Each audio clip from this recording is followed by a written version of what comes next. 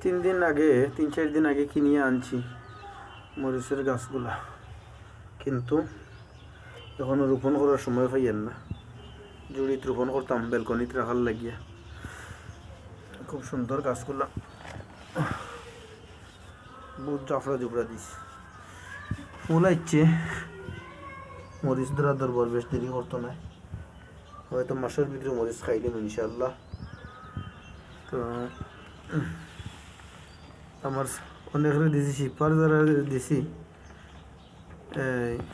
শ্যাম, রাফি, রাহিনুর, রিয়াদ নূর, ইনসান বা যারা আছো আরও, আরিফ, মাহিন, বড় মাহিন, এরা ওলাও তোমরা করতে পারো। যারা উপরে ছাদ আছে বা বেলকনিতে রাখিয়া এগুলা করতে পারো, খুবই সুন্দর এবং চমৎকারভাবে।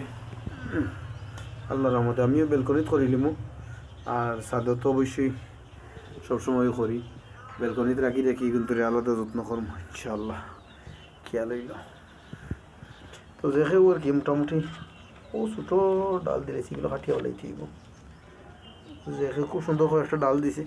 ডাল দেওয়ানির পদ্ধতিও জানা লাগলে রাখা লাগে। নাগামরিচের গাছ সিলেটের বাইরে গেলে হয় মুম্বাই মরিচ বেশ কয়েকটা ডাল ডুল দিছে, আলহামদুলিল্লাহ খুবই সুন্দর লাগে।